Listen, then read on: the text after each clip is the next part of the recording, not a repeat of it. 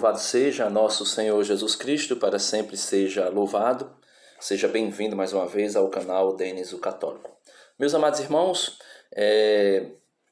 eu recebi um pequeno vídeo de um irmão que, se eu não estou enganado, ele já foi adventista do sétimo dia, agora é católico, e ele vem me manda esse vídeo porque o possível doutor aí, o pastor, não sei, professor, né, com todo respeito à pessoa dele, que eu não conheço, tudinho, aqui eu respeito a pessoa dele, não estou concordando com a doutrina que ele está ensinando.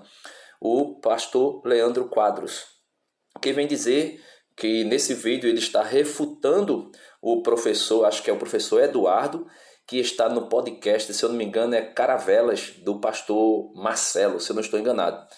E eles estão ali conversando e falando sobre o Rodrigo Silva, que é outro pastor adventista e que acredita no sono da alma ou na morte da alma, que a alma morre junto com o corpo. E o Eduardo vai dizer que é uma doutrina errônea, porque as igrejas tradicionais, os pais da igreja e também a igreja de nosso Senhor Jesus Cristo, a igreja una, santa, católica e apostólica, não acredita desta maneira, porque temos provas cabais para dizer que a alma é imortal. Ele vai dizer que também as igrejas históricas dizem que a igreja adventista é uma seita. E o pastor Leandro Quadros aí, supostamente, está refutando o Eduardo nos dois aspectos, que a igreja adventista não é uma seita, porque existe, ele vai dizer aí, alguns teólogos que acreditam na mortalidade da alma, como se, porque o teólogo tal diz alguma coisa, isso significa dizer que é verdade, sem ter amparo nas escrituras ou na tradição da igreja. Por quê? Porque já disse 1000 vezes nos meus vídeos, teologia, filosofia, estudos de qualquer linha que seja, se não estiver amparado numa vida de oração, se não estiver amparado nas Sagradas Escrituras, se não estiver amparado na tradição apostólica de 2000 anos da igreja, não serve de nada, apenas para matar a alma. São Paulo disse, a letra mata, mas o espírito é que vivifica. Claro que São Paulo estava falando ali em outro contexto, mas a letra, o estudo, a filosofia, a teologia, ela mata.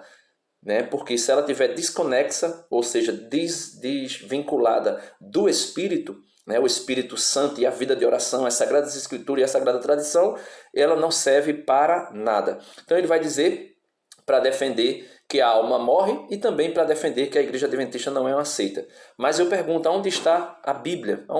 Como eles falam tanto de Bíblia? Mostra na Bíblia onde é que fala sobre a morte da alma. Ao contrário, nós podemos ver aqui, no livro do Eclesiastes, ele vai falar aqui algumas coisas, eu vou deixar colocar o livro dele, ou melhor, o vídeo dele, e você vai ouvir o que ele vai dizer, e também o que o Eduardo vai dizer, e depois eu falo alguma coisa. Vamos lá.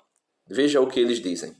O Rodrigo Silva, ele crê numa doutrina que nem os protestantes históricos creem, que é o sono da alma. Depois que o sujeito morre, a alma fica dormindo. Qual que é a linha do Rodrigo Silva? Adventista. É considerado, inclusive, seita, é considerado heresia pelos próprios protestantes. Pronto. Então aqui Eduardo vai dizer que essa doutrina do sono da alma não existe e que essa igreja adventista é seita, inclusive, para os protestantes históricos. E eu vou mais adiante. Os protestantes neopentecostais e os pentecostais, que eu também conheço, vão dizer que essa é uma doutrina herética, a doutrina do sono da alma ou da morte da alma, como também vão dizer que a igreja adventista do sétimo dia é uma seita. E, inclusive, meus irmãos, ela já se dividiu várias vezes, viu? Tem 3 ramos da igreja adventista. A igreja adventista do sétimo dia, que nós conhecemos. Depois tem a igreja adventista, se eu não estou enganado, eu não lembro, que eles se separaram no período da guerra. Não estou lembrando o nome dela agora, a denominação em si. E também tem uma igreja adventista da promessa, que também foi uma ramificação dos adventistas. Então tem 3 igrejas adventistas já aí a caminho, aí no meio do mundo aí pregando as suas heresias. Mas vamos lá. Ele vai alegar agora aqui vários motivos porque se deve acreditar na morte da alma e também de que a igreja adventista não é uma seita porque acredita nessa doutrina. E os protestantes consideram os adventistas como protestantes legítimos. Isso aqui não é verdade por alguns motivos. Eu vou te apresentar uma lista. Ele vai apresentar uma lista de motivos que não é verdade que a alma é imortal, né? E que a alma não morre, né? Ele vai dizer que vai apresentar uma lista de motivos. Vamos lá. Qual é a lista de motivos dele? De alguns teólogos protestantes que creem na mortalidade da alma, então não condiz com essa informação. Exemplo, Oscar Cullmann, John Stott, Basil Atkinson, Conrad Bergendorf, Edward William Fudge e, para finalizar, eu recomendo 2 livros para você. O primeiro livro que ele vai apresentar, se eu não estou enganado, também não tenho a informação precisamente, esse autor do livro que ele está apresentando, um autor brasileiro, se eu não estou enganado, ele não acredita na mortalidade da alma. Ele não acredita. Vamos lá, vamos ver. Inteligência Humilhada, do teólogo e filósofo Jonas Madureira, brasileiro, que crê na mortalidade da alma. E pelo que eu escutei já em assim, alguns vídeos por aí, esse rapaz aí, esse teólogo aí, acho que é Jonas Madureira, ele não acredita na mortalidade da alma. Mas eu não tenho certeza. Mas ele teólogo, ele não é amparo aqui para eu dizer que a alma morre, né? A gente vai ver nas escrituras. Vamos ver o que é que ele vai dizer mais. Também esse livro, Histórias das Controvérsias na Teologia Cristã, de Roger E. Olson. Ele diz que não tem um porquê de considerar alguém sectário porque ele crê na mortalidade da alma, porque no fim das contas, cremos na ressurreição dos mortos e na volta de Jesus Cristo. Então ele vai dizer... O Rodrigo Silva, ele crê numa doutrina... Pronto. Então ele vai dizer que alguém, um teólogo ali, disse que ninguém pode ser considerado sectário porque acredita na mortalidade da alma. Porque afinal nós acreditamos na ressurreição da carne e na volta de Jesus Cristo. Mas é o que eu digo. Tem pessoas que ficam dizendo assim, Jesus Cristo é o centro. Mas existem as doutrinas, podemos dizer assim, doutrinas mais periféricas, que se elas forem rejeitadas ou ensinadas erradamente, né, erroneamente, pode prejudicar, né, com certeza nos prejudicará numa fé genuína, ou seja, numa fé católica, numa fé completa, não numa heresia que escolhe no que crê. Mas vamos lá, vamos começar por o livro de Eclesiastes, né? O livro de Eclesiastes, na Antiga Aliança, ali no capítulo 12, no versículo 5, ele vai dizer assim: quando se teme a altura e se levam sustos pelo caminho, quando a amendoeira está em flor e o gafanhoto torna-se pesado e a alcaparra desabrocha, é porque o homem já está a caminho de sua morada eterna, e os que choram sua morte começam a rondar pela rua. Aí a gente dá um pulinho aí para o versículo 7, porque eu só entrei aqui para mostrar que Salomão está falando da morte do homem, da morte que acontecerá do homem. E no versículo ele vai dizer, no versículo 7, antes que o pó volte à terra de onde veio, e o sopro volte a Deus que o concedeu. No Salmo 80, veja, Salmo 89, deixa eu pegar aqui, o Salmo 89, deixa eu só pegar o Salmo aqui. O Salmo 89, versículo 2 e 3, vai mostrar claramente que quando Salomão diz que o pó volte à terra de onde veio e o sopro volte a Deus que o concedeu, está falando exatamente do homem morrer. E o seu corpo, aquela parte material do homem, volta para o pó da terra, né? Abraão disse, Senhor, me perdoa, ele falando ali, intercedendo por Sodoma, né? Ele vai dizer, o Senhor me perdoe falar mais uma vez, eu que sou pó, né? Abraão vai dizer. No Salmo 89 vai dizer assim, versículo 2, antes que se formassem as montanhas, a terra e o universo, desde toda a eternidade vós sois Deus. Versículo 3, reduzis o homem à poeira, e dizeis, filho dos homens, retornai ao pó. Deus disse lá em Gênesis, tu és pó e ao pó tu retornarás. Então, o livro do Eclesiastes está deixando muito claro que o homem, quando morre, a parte material do homem volta ao pó e a parte espiritual, ou seja, a alma espiritual, volta para Deus que a concedeu. Aí eles vão dizer assim, não tem como, porque o homem é uma alma vivente. O homem é uma alma vivente. Mas não é o que diz São Tiago, né? São Tiago, na sua carta, no capítulo 2, exemplificando que a fé sem obra é morta, veja o que São Tiago vai dizer no capítulo 2, versículo 26 de sua carta. São Tiago vai dizer assim, assim como o corpo, veja, o corpo, ele faz a separação. Assim como o corpo sem a alma é morto, assim também a fé sem as obras é morta. Então São Tiago aqui já faz a separação do corpo e da alma, mostrando que o corpo sem a alma é morto. E aquela alma é espiritual, é ela que deixa o corpo vivo, é ela que vivifica o corpo, né? Claro que aqui eu estou falando de uma vida biológica, no sentido biológico, né? É a alma espiritual que anima o corpo, que dá vida ao corpo. E nós temos também, meus irmãos, algo que eu sempre pergunto aos adventistas, que é São Mateus capítulo 17, versículo 2 e 3. São Mateus capítulo 17, 2 e 3, Jesus no Monte da Transfiguração se transfigura. E lá diz assim, versículo 2. Lá se transfigurou na presença deles. Deles quem? Seus discípulos, Pedro, Tiago e João. Seu rosto brilhou como o sol. Suas vestes tornaram-se resplandecentes de brancura. Versículo 3. E eis que apareceram Moisés e Elias conversando com ele. Moisés e Elias. Elias já tinha morrido. Ou melhor, Elias foi arrebatado com vida. Moisés já tinha morrido. E como Moisés apareceu aqui no Monte da Transfiguração a conversar com Jesus.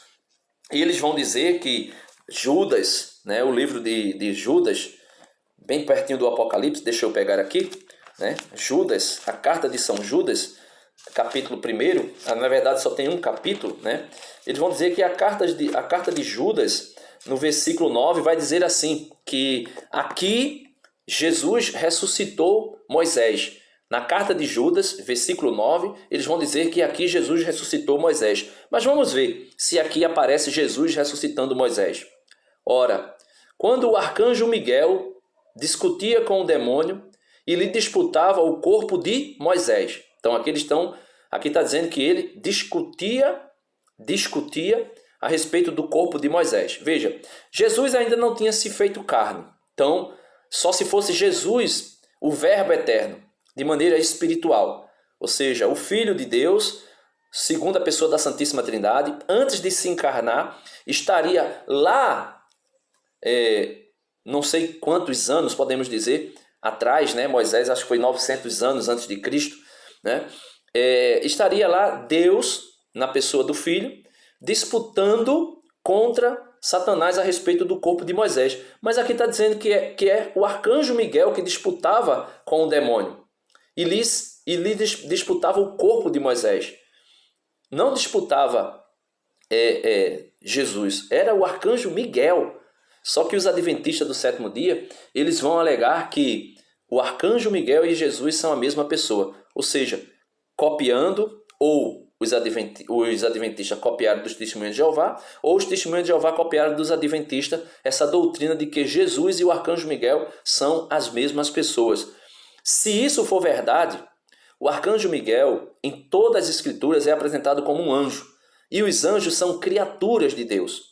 Os testemunhos de Jeová não acreditam na Trindade. E logo vão dizer que Jesus não é Deus, como Jeová é Deus. Por isso não pode ser adorado. Então, os adventistas do sétimo dia, copiando, né, ou vice-versa, essa doutrina de que Jesus e o arcanjo Miguel é a mesma pessoa, negam a divindade de nosso Senhor Jesus Cristo. Isto é um absurdo, isso é a heresia das heresias. E veja o que vai dizer. Vou ler o versículo ipsis literis, do jeitinho que está escrito. Ora, quando o arcanjo Miguel discutia com o demônio e lhe disputava o corpo de Moisés, não ousou fulminar contra ele uma sentença de execração, mas disse somente que o Senhor, veja, que o próprio Senhor te repreenda, que o próprio Senhor te repreenda. Então, o arcanjo Miguel aqui reconhece que o Senhor te repreenda. Se fosse Jesus que estivesse nesta disputa, iria dizer que o meu Pai te repreenda. Ia dizer que o meu Pai te repreenda. Mesmo que ele dissesse que o Senhor te repreenda, mas não teria condição nenhuma de ser Jesus aqui. Porque, primeiro, Jesus não é o arcanjo Miguel. E o arcanjo Miguel é uma criatura. Na carta aos Hebreus, vai dizer assim, Carta aos Hebreus, capítulo 9, versículo 27. E assim como aos homens está ordenado morrer uma só vez, ou uma única vez, vindo depois disso o juízo. Então, logo nós podemos perceber nitidamente, meus irmãos, que a alma, ela continua viva depois da morte. E para fechar aqui, a tampa do caixão, nós vamos ler São Lucas, deixa eu só pegar aqui, São Lucas, capítulo 16, versículo 22. São Lucas, capítulo 16, versículo 22. São Lucas 16, como eu não marquei, deixa eu só pegar aqui, versículo 22. 16, Lucas 16, 22. A parábola do rico e de Lázaro. Versículo 22 diz: Ora, aconteceu morrer o mendigo e ser levado pelos anjos ao seio de Abraão. Se o mendigo que morreu e foi levado pelos anjos ao seio de Abraão não está aqui se referindo Jesus à alma de Lázaro, então Lázaro, depois da morte, foi levado, o seu corpo foi levado para Deus.